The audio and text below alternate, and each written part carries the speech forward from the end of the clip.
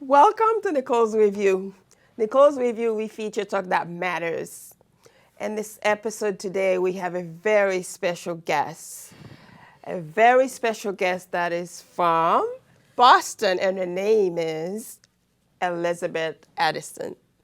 Elizabeth Addison, please tell us a little bit about yourself. Hi, thank you, Nicole. It's so amazing to be here. I am from Boston originally. I am an artist. I am a composer, lyricist, and playwright, and also an activist and a producer. And right now I'm developing my new musical called This Is Treatment, and we're having performances in Arlington at the Arlington Center of the Arts, December 3rd and 4th.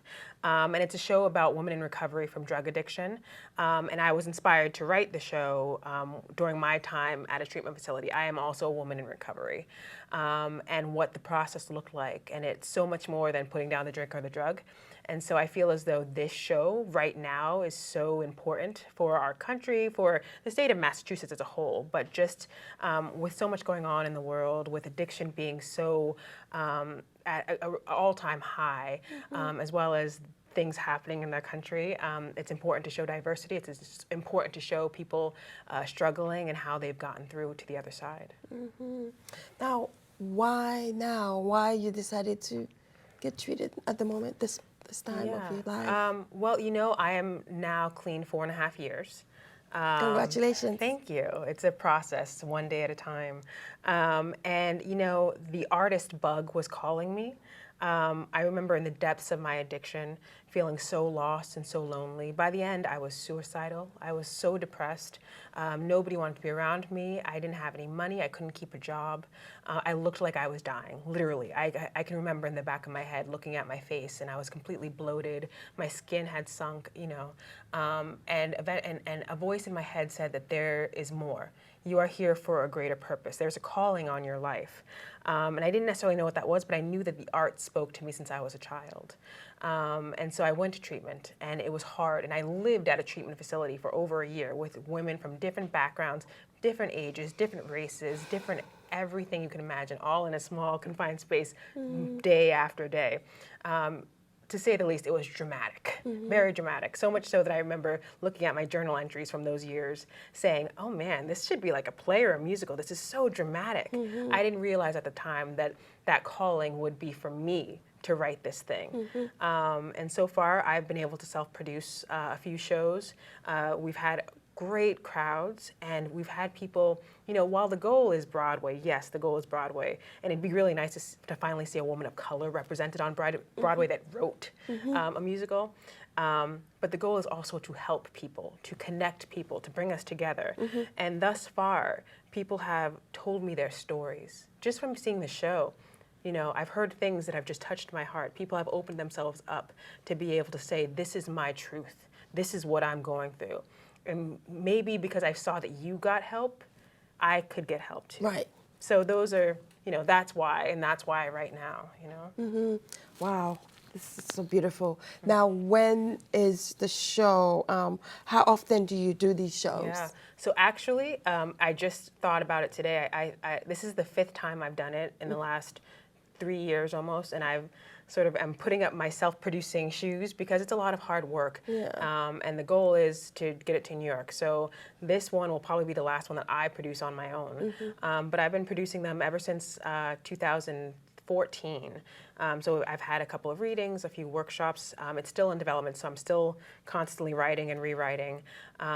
But this one is going to be a little different. This is going to be a concert. This is when I'm going to say, come in and let's praise. If the Spirit has filled you up and you want to get out of your seat and stomp around or do whatever, this is where you're going to do it. If you want to dance a little bit, dance a little bit. If I know that even though I'm going to be playing the piano, I'm going to be getting up and praising the woman on that stage. Let us come together, especially right now, especially with how divisive our country is right now. Let's come together in celebration of diversity and women and being able to get through when no one thought that they could get through. You know what I'm saying? And so I look for this. It's going to be so much fun, and it's also going to be cathartic, because that's what also the arts are. They're cathartic. They're therapy. They're healing.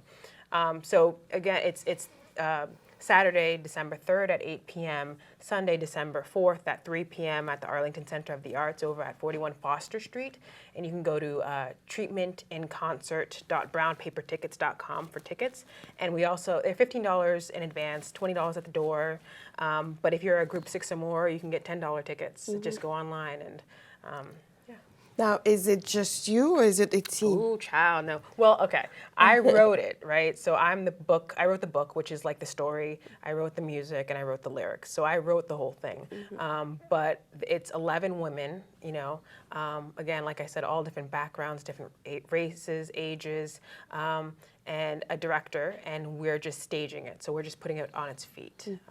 But I mean, it's my baby, essentially. So like when, you know, I'm the one that sits at a piano at night with all these crazy thoughts about trying to figure this thing out, and then I'm blessed enough to be able to give it to a group of women to be able to realize and have a director direct the whole way through while I'm over there playing the piano. So it's your baby, really. Oh my, yes, yes it is. And I love it dearly. And I know that at some point it's going to be like, let it go and give it to the world because it's not for yours to keep. In my opinion, a power greater than myself gave it to me, called me to do this, but not for me to keep, but to give to somebody else to help them get through. Do you guys have a venue? Yeah, so it's at the Arlington Center of the Arts, which is sort of like a community-run facility over here in Arlington. And they do all different kinds of things, dance shows, arts and crafts, classes, and it's a really great little community organization that really wants to help the artist out. And it's very hard to produce work because it's expensive, and you know, there's a myth out there that you don't have to pay your artists. Yes, you do have to pay your artists. Right. And I'm not the one that'll try to get away with that. I want to make sure that you know that I think you're valuable to me, and I wouldn't be able to do this without you. You know what I'm saying? So it's expensive, and they kind of try to help you do what you need to do with the budget that you have available to you. Now, who's funding? I'm doing the whole thing. It's all me. That's why I'm wondering if I need to put up my heels because self-producing it's a lot of work and it's money, and you don't necessarily always get the money back. You know, sometimes it's just sort of like, well, here you go, world. I give this to you, and well, I guess I'm not gonna. Well, I might not eat dinner tonight, but that's okay. So, yeah.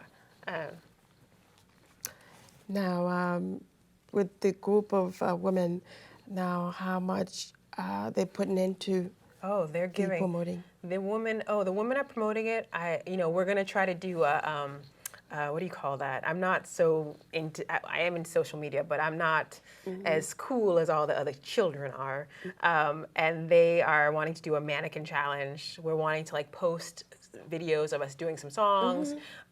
They talked about doing. We recently did like a Mike Pence. You know how those memes or memes, whatever, memes are going around, and we did one. And they're really helping me get more involved and trying to do social media stuff like that. They've been great. They're passing out flyers, they're posting on Facebook. And you know, what I want to say about these women is these women are so ridiculously passionate about this work. Yeah. You know, when I come in and they are so excited and energetic to read and sing my words, it's sort of like, you know, like this community that I've created without really realizing it, you know. Yeah. And they're just phenomenal. They're phenomenal women. And you know, there's so many children or young, you know, teenagers. You hear that every day that commit suicides about, you know, being, you know, depressed about so many drugs, you know. So I think your program will be beneficial to so many if you spread it out more on social media or universities. Or well, mental health is something that, you know, with addiction, with what's happening right now with the opiate epidemic, it's so important to talk about what's going on. One thing that I will say about my using drugs was that I didn't feel like I could talk about my problems. I was depressed. There were some family things that had gone on that I was never allowed to talk about because you have to stay quiet. You don't tell anybody what's going on in the household. And I felt as though I was lost and I had no one. And so there was something missing inside of me. And so when I used drugs, it wasn't because, let me just go and use. It was because I was in deep pain and I just wanted to feel better. you know? And so what I do with the show is I humanize these people, you know? You walk down the street and you see a drug addict on the street and you might just think, oh, they're just a junkie or they're just whatever. What I try to do is, with this piece, is make it be like they're human and it could be you. If things had turned a little bit differently, it could be you, you know? And we all struggle. We all go through something. We all need some help at some point in our lives to get through, you know? And so I'm hoping that the show isn't just an educational piece. I have to put that out there. It's not a, you know, one of those after school specials. Right. There is drama. There is, you know, I touch on everything. One thing that I say to my cast, I'm like, listen, by the end of this show, I want people to be needed to be picked up off the ground because I put them through such an emotional roller coaster.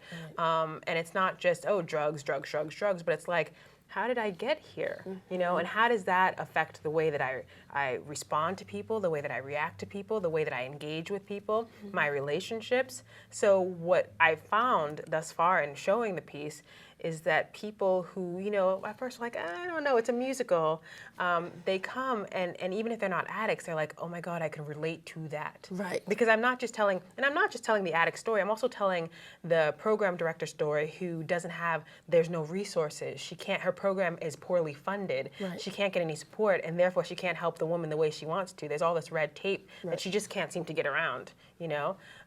So I'm just trying to make this bigger issue, like a human issue, where we can just, if I put it that way, then it's more relatable, Right. and therefore people are like, oh, maybe that could be me. Right. You know, we all struggle. It's not just, oh, well, they're just an addict. Yeah, right. Like we struggle, all of us do. Everybody. You know. Everybody. And if, you know, you could help this person and then this person could be related to it, and we all. Right. I think about it as like an invisible thread, right? So this piece that I'm doing, it's like I have no idea who it's going to touch. In my mind, it's going to touch a lot of people. Right. At least that's the hope. And so what I've come back with, even on the self-producing level, which is a small level, but I've come out with people emailing me and responding that this is how it's helped me. It helped me have a conversation with my sister, who I was never able to have a conversation with before. It helped me see what my mom went through. It helped me get through my father's death due to drugs and alcohol. You know, and that is the invisible thread. We're all connected. By me, you know, telling this story, writing this story, creating this story, it's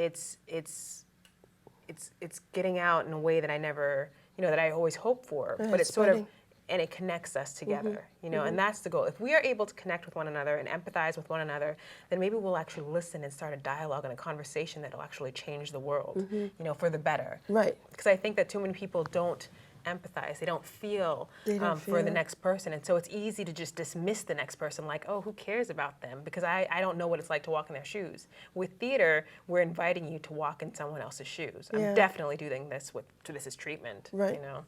And then with music, you know, you could share what you're thinking, you know. And it also can go even deeper than that. I'm the way that I write from, and I always tell my women this, I write from the gut. I write from the soul, because I'm not a trained musician. I'm not, you know, I didn't go to school, none of those things. I just had a calling on my life, and I said, okay, I'm going to answer, right? And so I don't necessarily know how to read sheet music and all that other stuff, but I said I do know how to write from my gut. And that is a deep emotional place. And if I can feel it, because oftentimes when I'm writing, I'm crying. I'm crying like a baby. Because you feel it. Because I feel it. Yeah. And I'm like, if you don't cry, my husband always say that. My husband's a musician. He said, if you don't feel your music and you're not really writing. Yes. You know, you gotta feel it. Well, there goes that invisible thread again, because what happens is if I feel it, then my audience will feel it. If I go through it, then my audience is going to go through it. Do you know what I'm saying? And that's what happens, that they feel this thing, and then I'm able to, I'm able to get people are crying or laughing or whatever, and that's what music and theater can do. That's how you touch them. Yes, yes. And music can do it on such a level that you don't even realize necessarily that you're being touched by it, but it's like, oh my God, you know, because music is just the most amazing gift. Oh, I think so. I completely agree with you. And I am so glad when you contacted me, and I felt like there was just an amazing connection. I was like, oh my God. I as soon as I saw that email, I was like, yeah. And then when you said yes, you could do it, I was just completely amazed by it. I was like, oh, you gotta have it. I'm like, we don't even have to have questions. We can just communicate because Yes. I just feel it. Yes. Well, Yeah. that's, it's so funny because thinking about this as treatment and thinking about how I was before I came to treatment, I was a shell of myself. Like I just was not present. I was spiritually bankrupt, emotionally. I was just, even though I was still alive physically, emotionally and spiritually, I was dead. I was just so lost. You drain. It was awful. I mean, I was drinking myself to death, literally drinking myself to death. And who I am today is it's just there's so much. I've changed so much as a result of recovery. Because recovery not only teaches you how to stop using one day at a time, but it also teaches you how to live a true, authentic life. Getting honest with yourself and with others, getting back in touch with the spirit. And when you're able to do that, at least for myself in my experience, you're able to connect to somebody. So now that I can look in your eyes and I can talk to you and I can see you. You found yourself. Yes. And I'm hoping, and when I have that, not everyone likes to look at you in the eyes. Yeah. It does something to them. It makes them feel uncomfortable. Yeah. But today I'm like, I know who I am and I can see you and it's okay. And you want to spread that And out. I want to spread that out. You want to help others. I want to help others to be able to do that and connect on that level. This is just make me feel. Oh God. As well. Oh, that is wild. Well, Oh, it makes me want to cry. Oh, well, amen. And so I'm hoping that people will come to this concert of This Is Treatment on December 3rd, 8 p.m. Wow. and December 4th at 3 p.m. at the Arlington Center of the Arts. Because in this moment, if we're having this moment, I can only imagine, This is beautiful. Yeah, it's I'm so happy for you. Oh, well, thank you. I'm like, oh my God, thank you. Oh, wow. It's just congratulations. Just it's so beautiful. I just hope a lot of people can just hear you and then make change like this to so many young women like yourself. Well, you know what? That's. Because I know I have family members that going through the same thing. I just hope they can just hear you and. Well, it's scary. It's scary to, I remember when before I got clean and I was in detox after detox, I was in a psych ward. I was, I was a mess. I can imagine. And recovery looked scary because I didn't know what that meant. I didn't know what that was, But then when I finally accepted that this is the path that I have to be on, when I finally accepted that I was an addict and I must not use no matter what, and that I needed to undergo a mental, physical, and spiritual change in order to live a good life, once I was able to accept that and actually do the process, I'm still in therapy. I'm still doing what I need to do because it's a daily process. Yes. But once you really let go and surrender to this fact that this is what you're dealing with, and that's okay. And you learn, and when you come on the other side of it, it is such a joyous life. I mean, it's not perfect. Life still happens. I get depressed. Things, of course. You're human. You're human. Huge. It's just a huge change. But it's a huge change. It's just a 90 degrees well, change. If you had been around me, if you think of energy, I was a dark cloud. And I wanted to not ruin, but I didn't want anybody else happy around me. You know what I mean? I wanted to suck you into my misery. And now I want to suck you into my joy. Wow. Do you know what I'm saying? Like I'm in your joy. Yes. I want you with me. You know what I mean? I am with you. So I'm going to this. Oh, please do. Yes. I'm going to spread the word. Thank you. Let's spread the word with the audience. Everyone, please. Yes. Support us. Yes. Again, I'm Elizabeth Addison, and I present This Is Treatment, a musical I wrote, December 3rd at 8 p.m. and December 4th at 3 p.m. at the Arlington Center of the Arts. And tickets are $15 in advance and $20 at the door. And you can purchase tickets at treatmentinconcert.brownpapertickets.com. It's a beautiful, beautiful and amazing story.